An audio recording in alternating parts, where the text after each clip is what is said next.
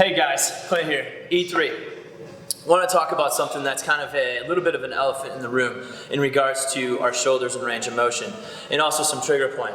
What we're seeing a lot of, anytime we're lifting any kind of weight, what we're seeing a lot of is some shoulder issues. Tightness, range of motion issues, or simply just tight muscles that got some knots forming in there. And how can we handle that? How can we mitigate it? How can we sustain our workouts without getting so tight that we're actually hindering our abilities? The first thing we're going to talk about is range of motion. Okay, we want to do kind of a check. Am I good? Am I not? The first thing we're going to do is a wall sit, and we're going to do a shoulder slide or an arm slide against that wall and see if we can maintain all points of contact from our elbow all the way up to our wrist. Here's what it looks like. We're going to sit down into the wall.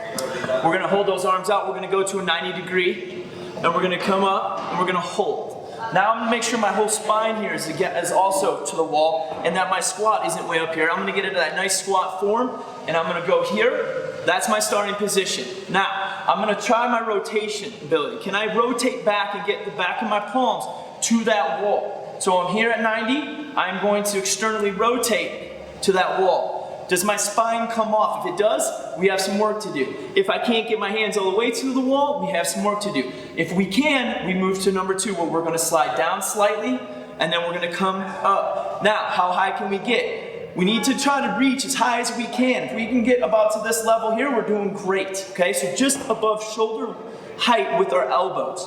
And then we come back down to that 90 check-in, a little bit lower, and restart. You can go back to the rotation. You can even do a little internal rotation. Come back. We want to test that. If we're not able to get to that wall, we want to make sure that that's where we start. All of us here at E3 can give you some things to do to help improve that range of motion. Let's say things are great.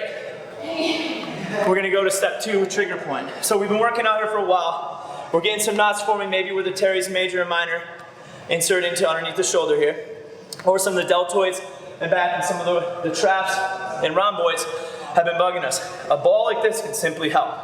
We're going to use the ball and the wall. So we're going to get in there, and we're going to try to roll at these insertion points and get some pressure into that ball and then melt into it. We want to breathe. So we're just going to move slowly and breathe and melt into that ball. If you find a tight spot, we want to melt around that spot. So we just stay there and breathe.